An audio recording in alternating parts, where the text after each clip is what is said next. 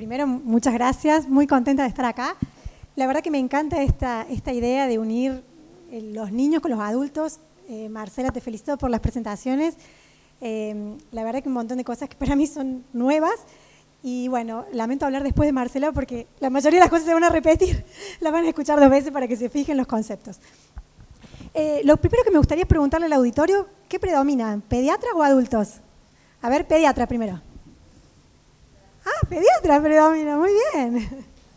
Bueno, entonces, más lindo para contarles qué hacemos los adultos, qué nos pasa con los adultos. Bueno, empezamos primero contando la definición. Esto que hablaba Marcela, que cambió en junio de este año, se pusieron de acuerdo y ya no decimos más hígado graso no alcohólico, sino decimos esteatosis hepática, esteatosis metabólica. Y nosotros, a diferencia de los niños, por ahí nosotros hacemos un diagnóstico, antes se excluía, no alcohólico, ahora incluimos, ¿no? Nosotros hacemos un diagnóstico de inclusión. Tiene que haber hígado graso más algún factor de riesgo metabólico. Puede o no haber alcohol. Nos encontramos en la práctica que los pacientes tienen sobrepeso, tienen diabetes y toman alcohol. Entonces, era muy difícil poder establecer eso. Entonces, bueno, gracias a Dios gracias a las sociedades científicas cambió los nombres. ¿Cómo hacemos el diagnóstico de la esteatosis metabólica o MASLD, que son las siglas en inglés? Tenemos que demostrar esteatosis de alguna forma, sea por una ecografía, sea por una biopsia, o sea por biomarcadores, y tiene que tener al menos algún criterio de alteración metabólica, o sobrepeso o obesidad, o diabetes, o alguna evidencia de disfunción metabólica. ¿Y a qué llamamos disfunción metabólica? Cuando hay 2 o más de estos criterios. O el paciente tiene una obesidad visceral, una circunferencia abdominal aumentada, hipertensión, como el doctor. Claro, yo quería decir, ahora le voy a contar que probablemente muchos de los que estemos acá, algunos de nosotros tenga hígado graso. La hipertensión, los triglicéridos aumentados o el HDL bajo, o esta alteración de la prueba oral de la tolerancia a la glucosa, o un OMA aumentado. Con respecto a la magnitud del problema, es un grave problema de salud pública porque es una de las principales causas de enfermedad hepática, es una de las principales causas de consulta en el consultorio y hoy en nuestro país es la segunda causa después de la alcohólica de indicación de trasplante hepático. Esto está en aumento,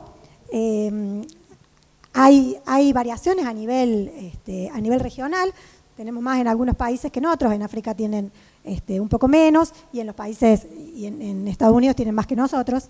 Hay unas grandes variaciones, pero alrededor del 30% de la población. Por eso digo que de los que estemos acá, probablemente un par tengamos hígado graso si hacemos algún estudio. Se da en el 80% de los obesos, en el 75% de los diabéticos tipo 2, o sea que es bien prevalente. Y todos los componentes del síndrome metabólico aumentan el riesgo. Puede aparecer, hasta en los pacientes delgados, puede aparecer, sobre todo en ese paciente delgado que de pronto dejó de hacer actividad física por alguna razón o que hizo un gran aumento de peso, entonces lo vemos habitualmente. Y se espera, para el 2030, se espera una progresión que aumente hasta 3 veces su valor, ¿no? Con las condiciones de la vida diaria. La historia natural, un poco, también ya lo dijo Marcela, el hígado normal, luego evoluciona a la esteatosis hepática simple, el depósito de grasa en las células. Eso puede evolucionar a la inflamación, a la balonización, nosotros tenemos balonización. Eso se llama esteatohepatitis, eso puede progresar a la fibrosis a la cirrosis y la cirrosis al hepatocarcinoma. Eso se da, esta evolución más severa se da entre un 12 a un 14%. La mayoría de las personas que vamos a encontrar es en la esteatosis simple, ¿no? Sin esta progresión. Pero al ser una patología tan prevalente, que tengamos el 14% de una patología tan prevalente es realmente muy grave para la salud pública. Con respecto a la historia natural, la fibrosis es nuestro gran cuco, es nuestro gran determinante de gravedad. La inflamación y la fibrosis son los más graves. Cuando la fibrosis nosotros la dividimos en grado 1, 2, 3 y 4. 1 es el hígado con un poquito de cicatrices, digamos, y el grado 4 es el hígado con cirrosis. A partir del grado 2 es donde empezamos a considerar de riesgo en estos pacientes. Y la progresión de la fibrosis está influenciada por la severidad y la presencia de todos los factores metabólicos. A más factores de riesgo metabólicos, más severidad y más probabilidad de progresar a la fibrosis. Y ahí vamos a ver que la enfermedad cardiovascular y maligna está asociada a mayor mortalidad en los pacientes que tienen esteatosis sin fibrosis. Y cuando el paciente tiene fibrosis, se muere más del hígado, digamos. Y el impacto de esto es porque es una enfermedad, no está limitada al hígado, sino que es una enfermedad multisistémica, afecta a todo el organismo y francamente asociada a obesidad, insulinoresistencia y a esta dislipemia aterogénica que se habló hace un ratito. Y es una enfermedad bastante dinámica, tiene momentos en los que avanza mucho y otros momentos en los que retrocede o se mantiene estable, relacionado también con las modificaciones, con el descenso de peso, con las modificaciones que hacen normalmente los pacientes en la vida habitual, ¿no? En la vida diaria. ¿Cuáles son las condiciones asociadas? La obesidad, la diabetes tipo 2, la dislipemia y son todos los componentes del síndrome metabólico. Esas están bien claramente asociadas y hay otras que son no tan establecidas, pero que están prácticamente muchas veces presentes, como el ovario poliquístico, el hipotiroidismo y la apnea obstructiva del sueño es algo bastante frecuente que vemos en los pacientes obesos. Así que tiene todo el espectro de toda la patología. ¿Qué está asociado a esa progresión, a ese avance, eso que decíamos 12 a 14%? Bueno, la edad, mayores en los 50 años, en los pediátricos también vieron que a más edad, más riesgo, más en los hombres, en las mujeres tiene un comienzo más tardío, algunos factores raciales, esto que nos habló re bien, tan lindo Marcela, de las variaciones genéticas, unos genes que predisponen al desarrollo de esteatosis y de las formas evolutivas más malignas, digamos, con fibrosis y con hasta desarrollo de hepatocarcinoma, y otras que tienen algún efecto protector. Algunas alteraciones que se están estudiando con relación a la microbiota, todavía no hay muy claro eso, como para grandes recomendaciones, pero hay mucho que se está escribiendo de eso. Y bueno, como decíamos, a más factores de riesgo metabólico, más riesgo de que nos vaya mal, ¿no? Y el consumo de alcohol, que para nosotros es un problema, que influencia y favorece el desarrollo de fibrosis. No es lo mismo tener un problema que tener dos problemas. Y estos pacientes, ¿de qué se nos mueren? Digamos, primero se mueren de enfermedad cardiovascular, primero se mueren del corazón, segundo se mueren de neoplasias, no hepáticas, no hepatocarcinoma, sino de cáncer de colon, de cáncer de mama, y tercero recién se mueren de causa hepática. O sea que cuando hablábamos de que era del impacto clínico y del impacto porque es una enfermedad multisistémica, porque primero lo van a recibir los cardiólogos o los oncólogos, probablemente antes que nosotros. Y eso está relacionado con mayor o menor fibrosis, es quien lo va a recibir, digamos. Por eso es tan importante realizar el cribado de buscar y tratar enérgicamente la dislipemia, la hipertensión, la diabetes. Bueno, un poquito rápidamente de la fisiopatogenia. Nosotros también, en un ambiente adecuado, en factores ambientales alterados y siendo la insulinoresistencia la madre del problema para nosotros, lo cual genera inflamación, estrés oxidativo, alteraciones mitocondriales, eso lleva al depósito de grasa y eso lleva a la evolución. ¿Y qué está relacionado con la progresión de esto? La alteración de todo el metabolismo de los lípidos, de los hidratos de carbono y de las proteínas son el punto de partida para que esta enfermedad evolucione. Entonces, esto genera alteraciones inflamatorias y esas alteraciones inflamatorias es un estado inflamatorio crónico. La esteatohepatitis es un estado inflamatorio crónico y que lleva a la progresión de enfermedad hepática y cardiovascular, ¿no? Bueno, un poquito el esquema. Me había quedado más grande y más... Se veía mejor en mi computadora. Y bueno, respondiendo a la pregunta, que era la que tenía que responder, ¿Cuáles son las manifestaciones clínicas? La verdad que no tenemos manifestaciones clínicas en el hígado graso, en la estatosis hepática. Es pausisintomática, tiene unos muy pocos síntomas, puede dar astenia, puede dar algo de prurito, una somnolencia, una dificultad para dormir, generalmente asociado a la obesidad, asociado a la apnea del sueño, eso. Entonces después una somnolencia diurna, no pueden dormir de noche y después en el día se duermen en todos lados, se duermen en el semáforo.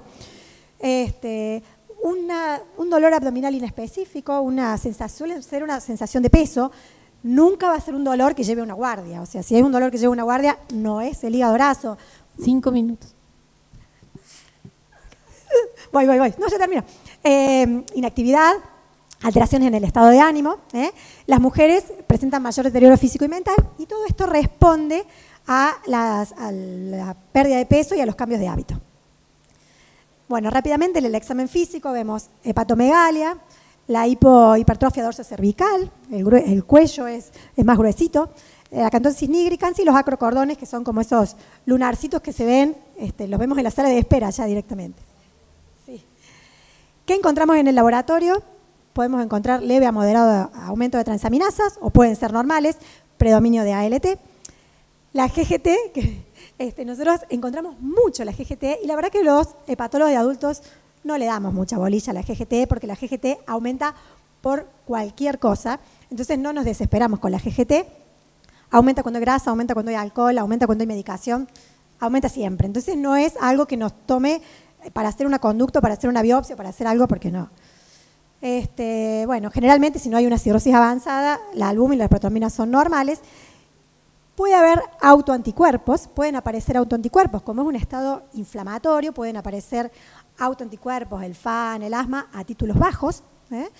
Y la ferritina, que nosotros la vemos aumentada hasta en el 50% de los casos. Quiero detenerme un segundo en la ferritina, porque nosotros vemos mucha ferritina, es una de las principales causas de consulta, porque no sabemos si la tiene que atender el hematólogo o la tiene que atender el hepatólogo, entonces 2 a 3 por día vemos. Sobre todo después del COVID, a todo el mundo le piden ferritina y todos tienen la ferritina alta. La ferritina es un reactante de fase aguda y además un marcador de atesoramiento de hierro en el hígado, pero eso no es lo más común. Aumenta en condiciones inflamatorias y este estado dijimos que es un estado de inflamación constante, entonces es muy común que aumente. Toda la insulinoresistencia y toda esta alteración dismetabólica lleva a que aumente la ferritina. Y responde a la modificación de hábitos también. A veces no se normaliza, pero puede bajar si el paciente baja de peso. Entonces, ¿a quiénes estudiamos? A todos los pacientes que tienen componente del síndrome metabólico, buscamos hígado graso, y al revés. Todos los que tienen, buscamos grasa.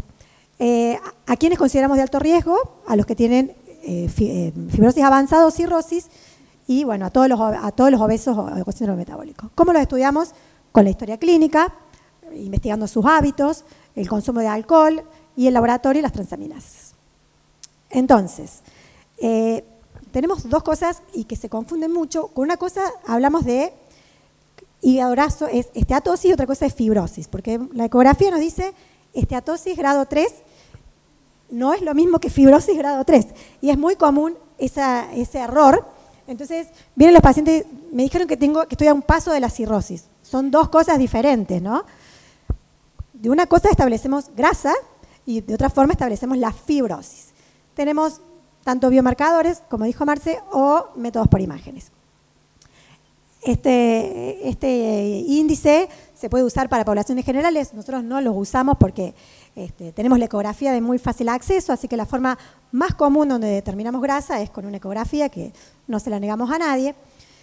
Y para establecer fibrosis, generalmente lo que se recomienda es hacer los scores, que acá tenemos algunos de los más representativos, sobre todo el FIB4, y que nos predice si el paciente, generalmente nos sirve para excluir fibrosis avanzada, ¿no? Entonces nos dice, bueno, no, nos quedamos tranquilos que el paciente no tiene fibrosis avanzada.